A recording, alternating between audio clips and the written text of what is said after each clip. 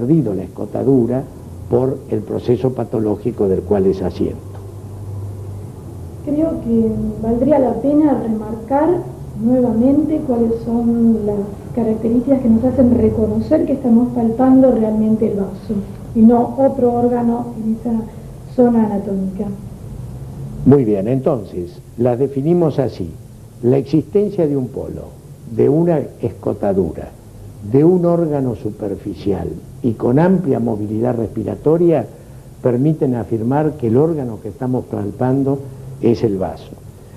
Y a propósito de la pregunta, yo podría irme a palpar desde el lado izquierdo, tratando de mejorar la posibilidad de la palpación. Para ahí vamos a hacerlo. Desde el lado izquierdo, yo podría lograr la relajación de la pared a la inversa de lo que hicimos del lado derecho, comprimiendo desde la fosa ilíaca derecha y con la maniobra del enganche palpar por debajo del reborde costal, tratando de individualizar el polo y eventualmente la escotadura esplénica. Por supuesto que si yo creo que ahí con esta mano relajo la pared del abdomen. Respire hondo, señora. Muy bien. Hondo otra vez. Si uno está palpando el polo del vaso, también tiene que ir a percutir el espacio de Traube.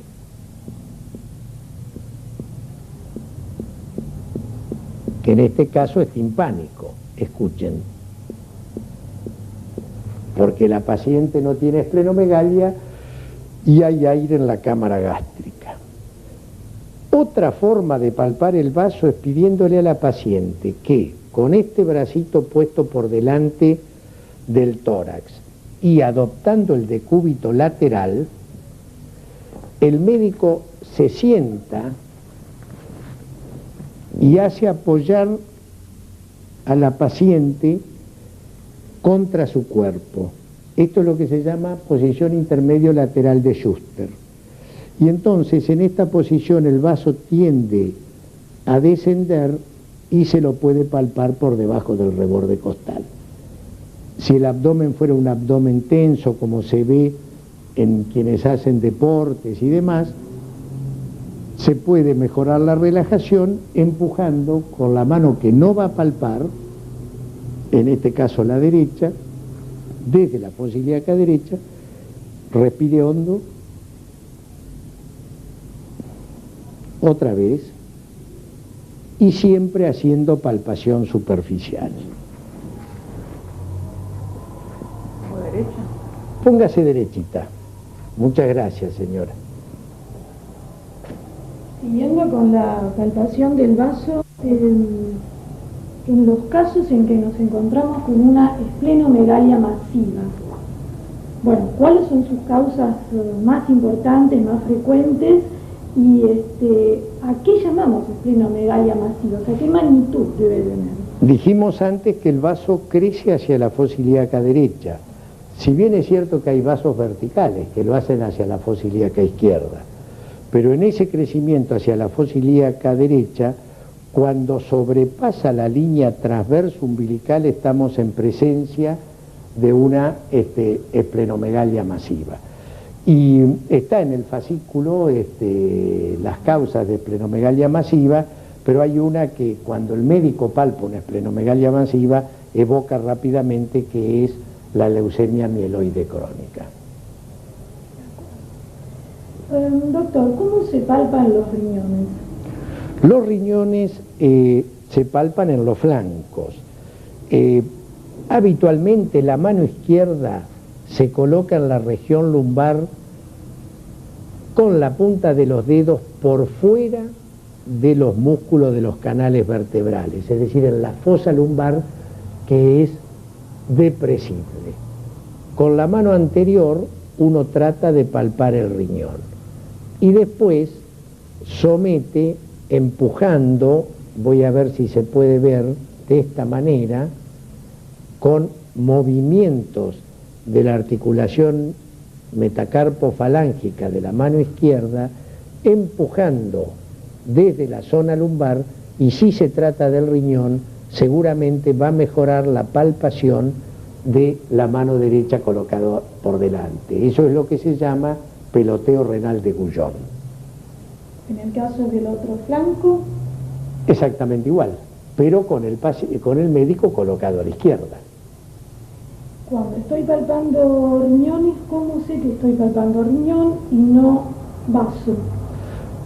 Justamente porque el riñón, al tener contacto lumbar, pelotea, es decir, con esos movimientos de impulsión colocados en la región lumbar me permite palparlo con la mano opuesta, porque el riñón tiene movilidad respiratoria pero mucho menor que la del vaso y porque el riñón es un órgano ubicado en el retroperitoneo, es decir, es un órgano profundo. Por eso, cuando uno palpa un riñón grande, inmediatamente tiene que ir a ver la zona lumbar, porque hay tumoraciones renales que deforman justamente la región lumbar y no el abdomen. Doctor, seguimos con las maniobras inherentes al vaso. ¿Qué es la puniopercusión y cómo se realiza? ¿Qué utilidad? Al riñón me preguntas. Sí. Al riñón. Sí. Bueno, para eso yo tendría que hacer sentar a la paciente. Arriba. Muy bien. ¿Usted podría poner las piernitas para allá? ¿Cómo para... no? ¿Que no me caiga? No se va a caer.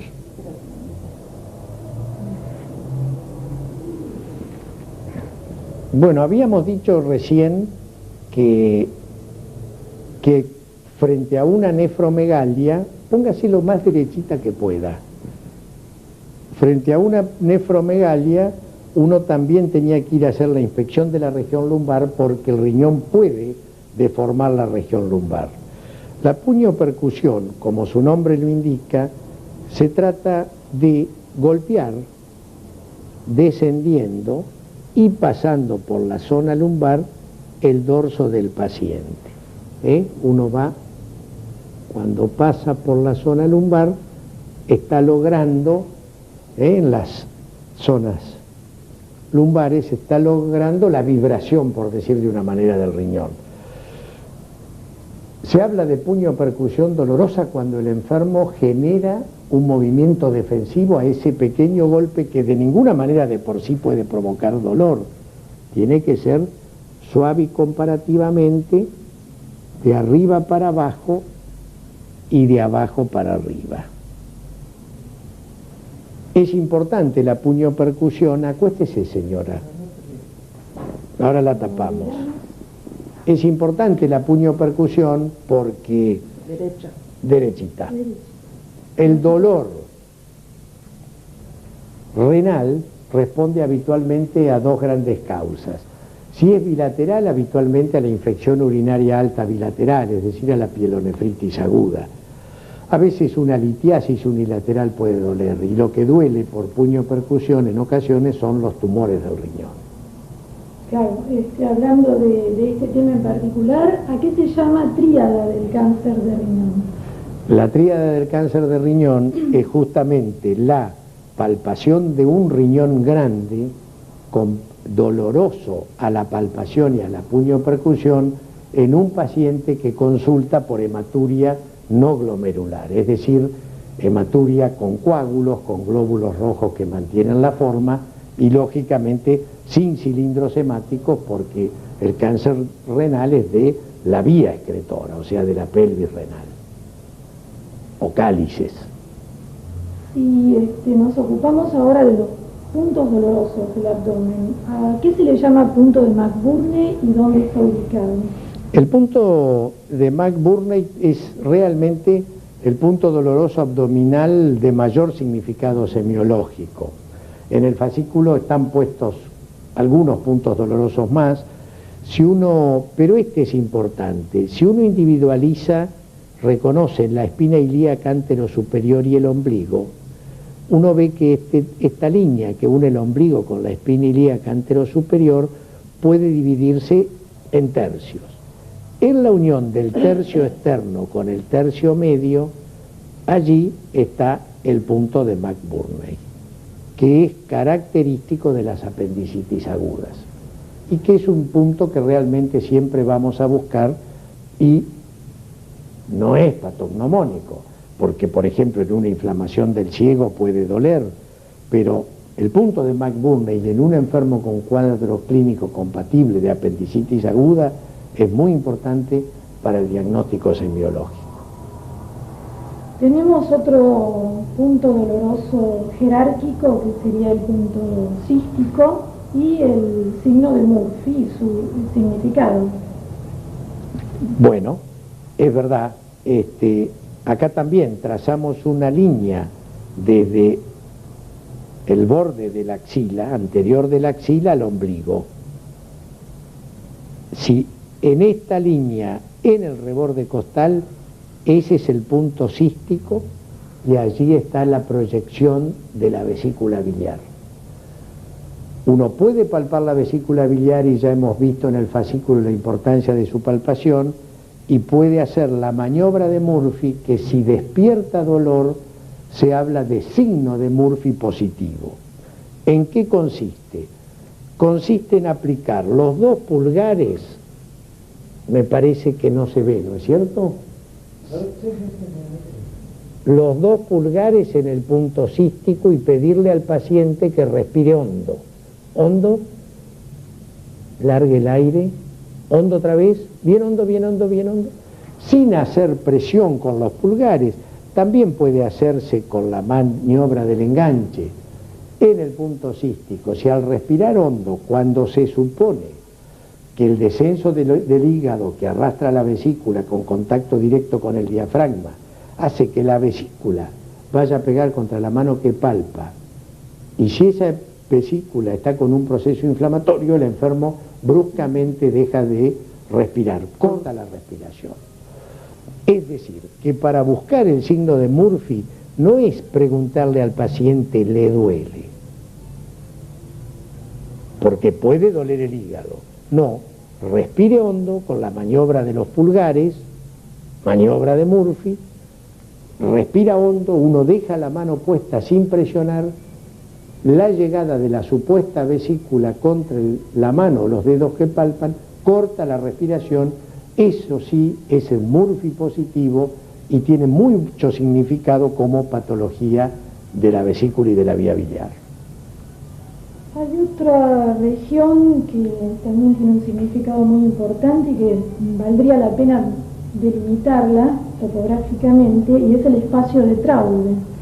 Claro, el espacio de Traube hicimos mención cuando hablamos del reconocimiento de la esplenomegalia. El espacio de Traube es una región que corresponde al techo gástrico, que normalmente está lleno de aire. El espacio de Traube, como dijimos, tanto en el fascículo de aparato respiratorio como hace un rato, tiene, justamente por el contenido del aire, debe ser timpánico. Y hay causas que provocan matidez del espacio de Traube. Mencionamos la esplenomegalia, el lóbulo izquierdo del hígado, es decir, una gran hepatomegalia izquierda pone mate el espacio de Traube, las grandes cardiomegalias y derrames pericárdicos, los derrames pleurales y los tumores del techo gástrico pueden provocar matidez del espacio de Traube. Fíjense si comparamos lo que es la matidez del hígado, lo que es el timpanismo del espacio de Traube. Bueno, y a propósito de que estamos percutiendo el abdomen, ¿cuáles serían las maniobras más apropiadas para percutir el abdomen? El abdomen se percute desde el epigastrio hacia el hipogastrio y después se lo hace en forma radiada.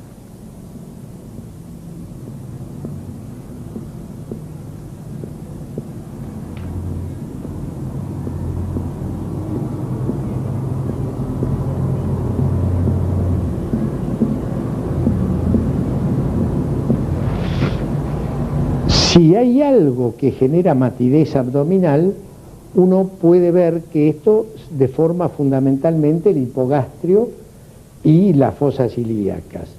Si por ejemplo se tratara de un gran mioma uterino o un embarazo, la percusión que debe ser marcada en el abdomen tendría convexidad superior. Si en cambio fuera una citis, tendría concavidad superior. Y además, una maniobra muy útil para el reconocimiento de la citis libre es, por ejemplo, si yo percutiendo el abdomen llego a la zona de matidez y le pido a la paciente que se ponga en decúbito lateral, en este caso derecho, el líquido se desplaza hacia la derecha. Vuelvo a percutir y el abdomen se torna sonoro.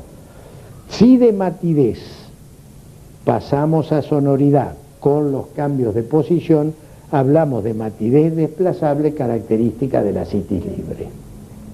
Y en el caso de que hubiese un neumoperitoneo, ¿cómo serían las características? En el caso que hubiese un neumoperitoneo, uno encontraría timpanismo abdominal, pero lo más importante de todo es la desaparición de la matidez hepática. Entonces, para no equivocarse por las dudas de que el colon estuviera interpuesto entre el hígado y la pared abdominal, se debe percutir la matidez hepática en la línea axilar anterior.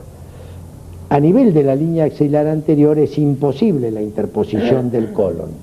Entonces, la desaparición de la matidez hepática es signo inequívoco de neumoperitoneo. Neumoperitoneo por perforación de una úlcera duodenal, neumoperitoneo por perforación de un divertículo colónico, etc.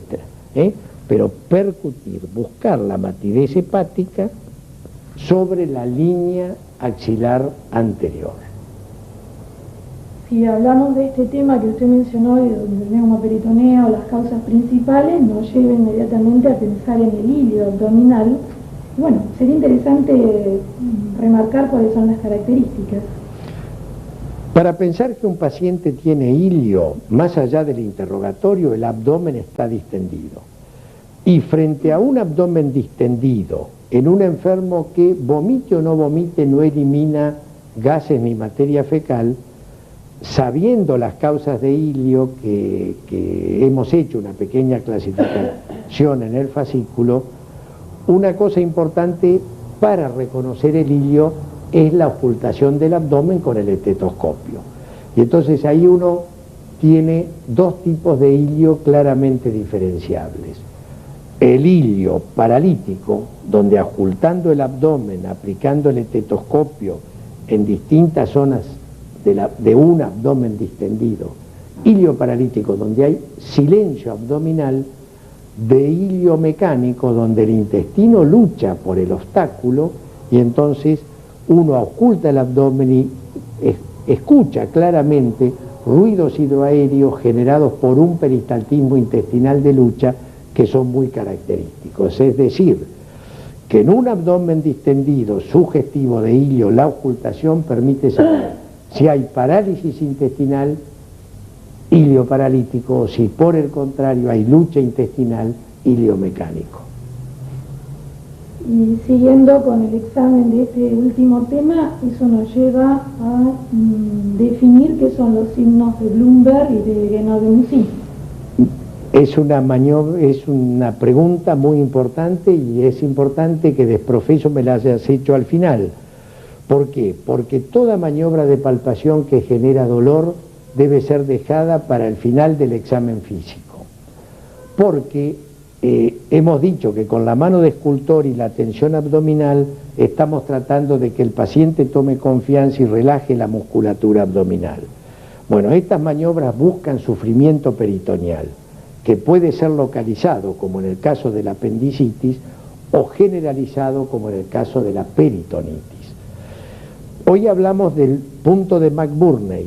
Si este es el punto de McBurney y genero dolor, si comprimiendo el abdomen suelto de golpe la mano y al enfermo se le exacerba el dolor, ese es el signo de Bloomberg. Característico de la apendicitis aguda, que tiene el dolor referido en el epigastrio al comienzo, y cuando ya el dolor es en fosa ilíaca derecha, ya hay compromiso del peritoneo visceral. El otro signo, el de Guénon de Mussy, uno lleva la mano, hace con la mano de escultor que hablamos al comienzo, y en un momento determinado comprime el abdomen, le duele, si el paciente dice que sí, suelta de golpe y eso exacerba el dolor, signo de que no de MUSI positivo, está indicando compromiso peritoneal difuso. Mencionamos antes la ocultación de los ruidos hidroaéreos, de los ruidos de lucha. ¿Hay algún otro tema importante en la ocultación del abdomen? Sí, en la ocultación del abdomen uno debe ocultar el abdomen buscando soplos arteriales. Por ejemplo, y frotes, soplos sobre la aorta abdominal por una ateromatosis aórtica. En la región periumbilical, en la estenosis de la arteria mesentérica puede haber un soplo en esa región. En las regiones laterales del abdomen o aún en la región lumbar, frente a la presencia de estrechez o de angiodisplasia de las arterias renales. Lógicamente, uno oculta el soplo abdominal y esto lo tiene que poner en alerta. Ya hemos nombrado los tres vasos fundamentales, la aorta, las renales y la mesentérica superior. Pero es lo que va a permitir presumir cuál es el origen del soplo, el cuadro clínico. Porque es probable que un paciente con patología de la arteria de la aorta que sopla o tenga un síndrome de claudicación intermitente en miembros inferiores o no tenga nada. Pero frente a un soplo de la arteria renal habrá que pensar que seguramente ese paciente está consultando por hipertensión arterial y estaríamos en presencia de una hipertensión arterial renovascular, o si el soplo es de una arteria mesentérica, seguramente el paciente refiere en el interrogatorio ángora abdominal, es decir, que cada vez que come y que necesita mayor flujo de sangre al tubo digestivo, la arteria mesentérica, como ocurre con el ángor de las coronarias, no alcanza para ese flujo y duele la región periumbilical.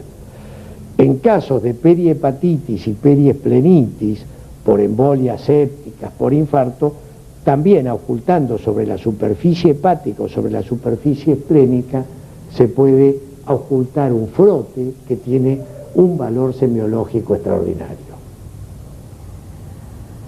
Bueno, creo que con esto hemos pasado revista a las principales maniobras de la semiología abdominal. La explicación y la charla del doctor ha sido, creo que muy didáctica, lo mismo que la mostración de las maniobras. Así que, doctor La Sala, le agradecemos mucho su colaboración. Para completar lo que hemos visto sobre el examen físico del abdomen, les quiero mostrar algunas imágenes. Fíjense el valor de la inspección en este enfermo. Se puede ver claramente el estado de desnutrición en los brazos, masas musculares muy disminuidas,